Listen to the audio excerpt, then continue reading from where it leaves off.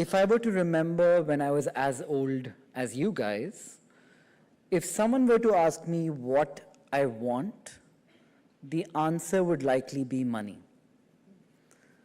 Maybe you guys are thinking it, but you told me different things in the room some time ago. When I think as to why I said money, many things play out in that.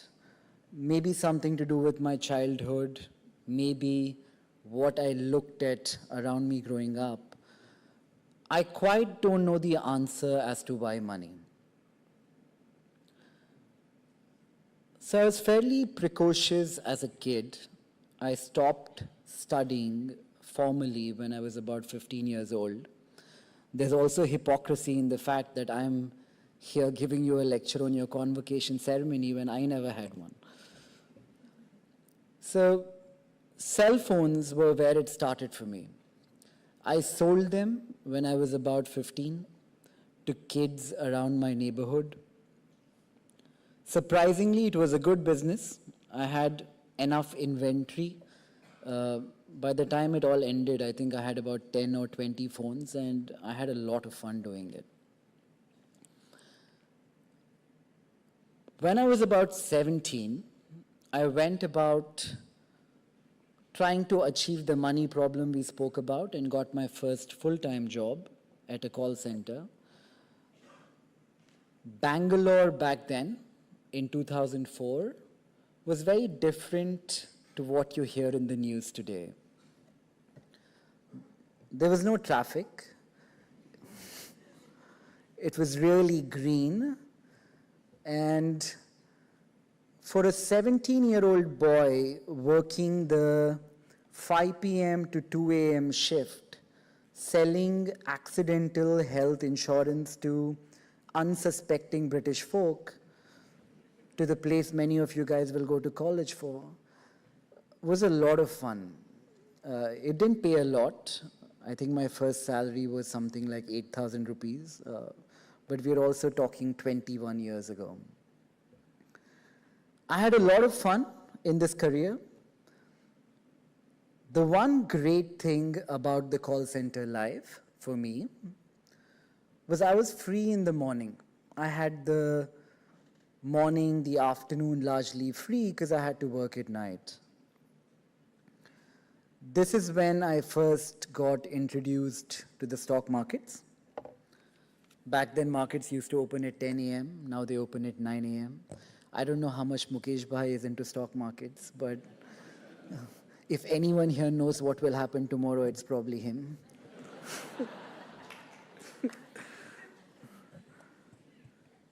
So my relationship with the stock market started then. For the last 21 years, I've largely had one job, that of a trader, investor. Everything else has come second to that, be it broking or lending or asset management, all of what Mr. Basu said. The thing with trading is it's like, as a 17-year-old boy, picture me in Bangalore starting trading for the first time. A realization I had early is the stock markets, the relationship with stock markets, is much like a relationship in real life. When you start dating someone initially, I like that you guys are smiling. I think things are great when you begin, then they get bad. Then if you stay the course, maybe they get better again. I'm no expert at this. I think some people in this room are. You guys.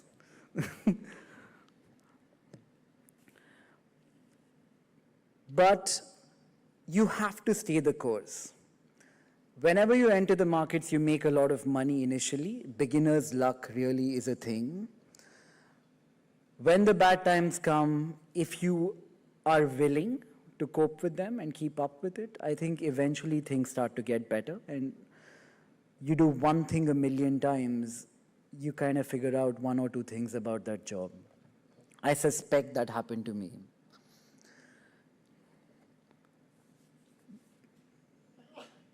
Being stable, not reacting, or being objective in chaos, I have figured today, is probably one of the biggest skill sets to succeed both in the stock market and in real life.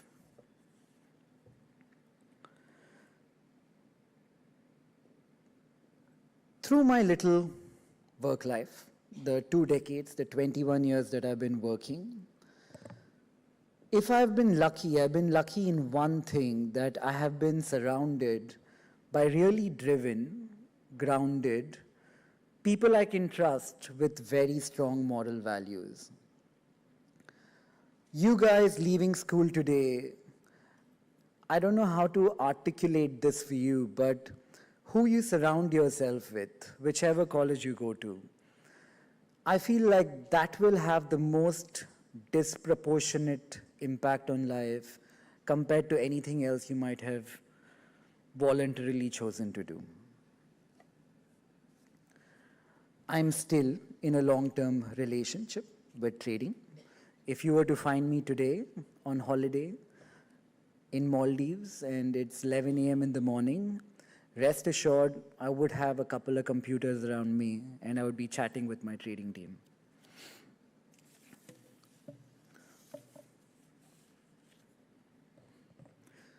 So today is about telling you guys what I wish I knew when I was as old as you guys, starting off in my career. I love that this is not a media interview. I think everything gets misconstrued nowadays.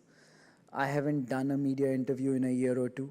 It's much easier to ask people questions than to answer them.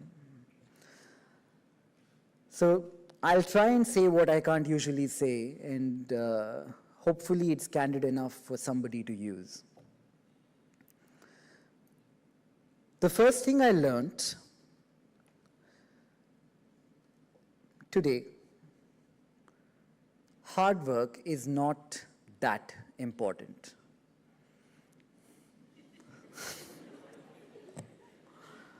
Take a second to think about that. I've kind of thought about this a lot. When I look back at my 21 years, I know for a fact, I'm not talking for everyone, but for the fairly affluent group sitting in this room, for most of us, for every 4 hours spent working, for me, 3 went pretending. I had this interesting conversation in my office a few years ago. I sat with my management team, my brother, my CEO, and C into different O's. My brother sat to the right of me. I looked up to him and I said, Nitin, I'm pretending to work, and I'm in this meeting where I add no value because I think you are working, and I feel insecure that you're working and I'm not. So to which Nitin looks back at me and says that I'm actually doing the exact same thing.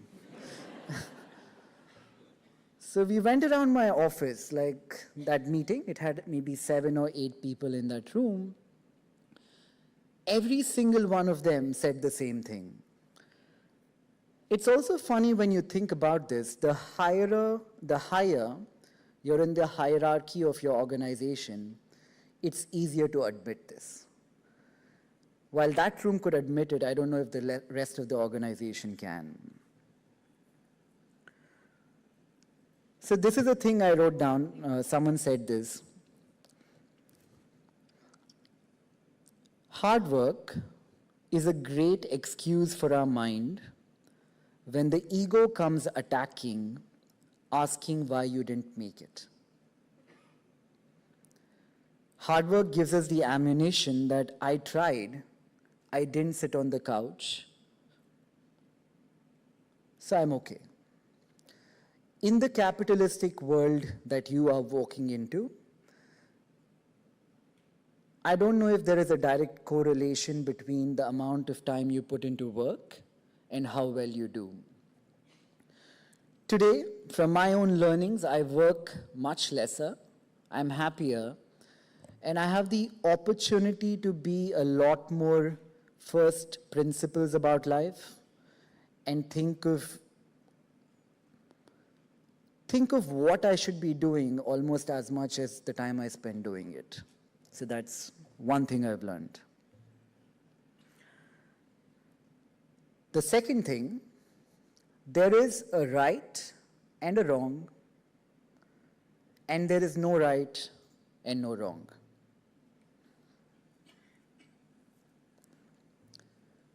Where we live, how we live, society, religion, morality, politics, it teaches us all to be good robots in a way. There is a right and wrong that society tells you is right and wrong, and there is a right and wrong that comes to you from the life that you live, from the experiences of life, from living life. I got a tattoo on my arm recently which says, "Don't do unto others as you wouldn't have others do unto you." That to me is the most simplistic way of gauging morality in my own lens.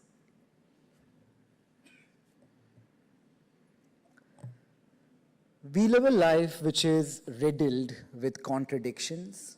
The world is not black, the world is not white. Most things we do, the most experiences we have in life will be gray.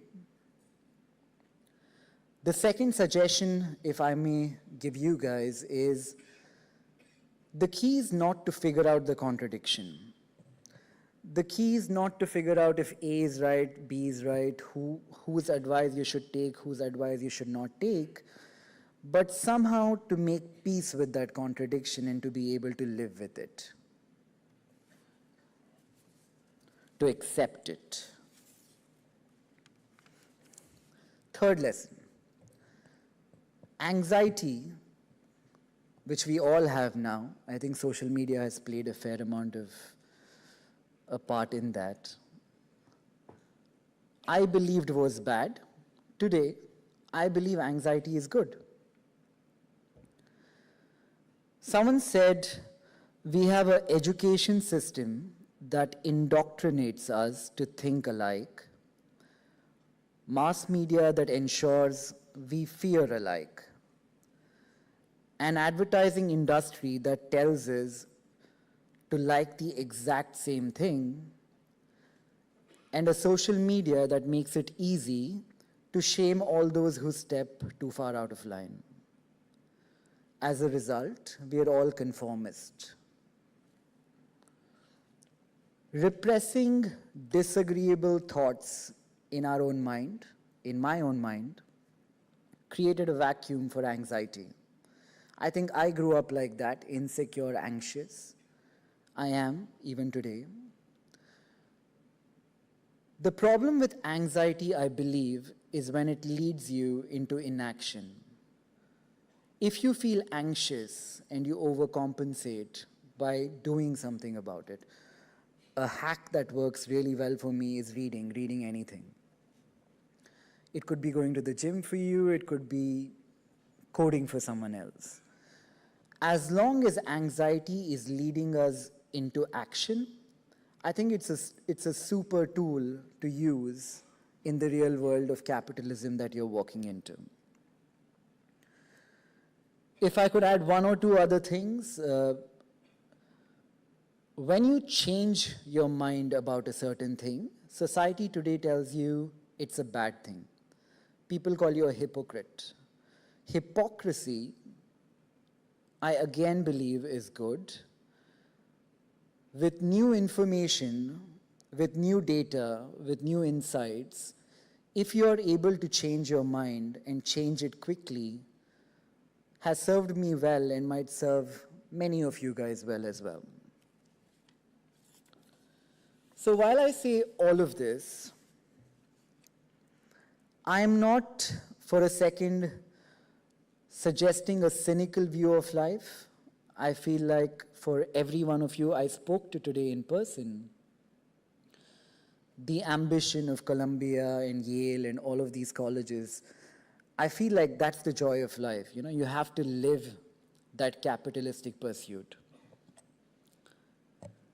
If there is one thing I have learned in all this is just don't measure your life by that one scale alone.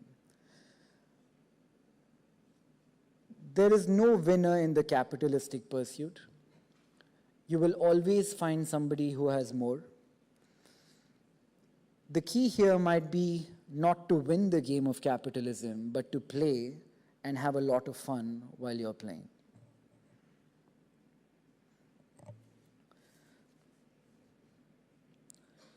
Today, I live a life which is filled, not fully, but in some parts with gratitude.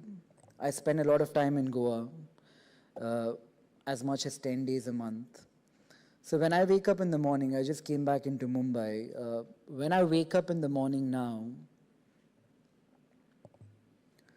there are some things I'm thinking about and some things I'm not, but largely, I have gratitude for life. I am thankful for a brother who had a stroke a year ago recovering. My biggest worry are things like my sister-in-law is cancer-free or my dad who passed away recently did so peacefully. I'm thankful for the dogs Anant gave me. Those two Labradors are adorable. I've named them Chase and Grace. You have to see them still. And I'm not sat there worrying about what happened in social media or what happened to the next successful businessman, what deal did he crack, and feeling insecure about life. So if there is one thing I can leave this class, the graduating class with, is go out, kill, be tigers, try and win, but don't measure any of your lives with that one tiny lens of capitalism alone. Thank you guys for having me. Best of luck.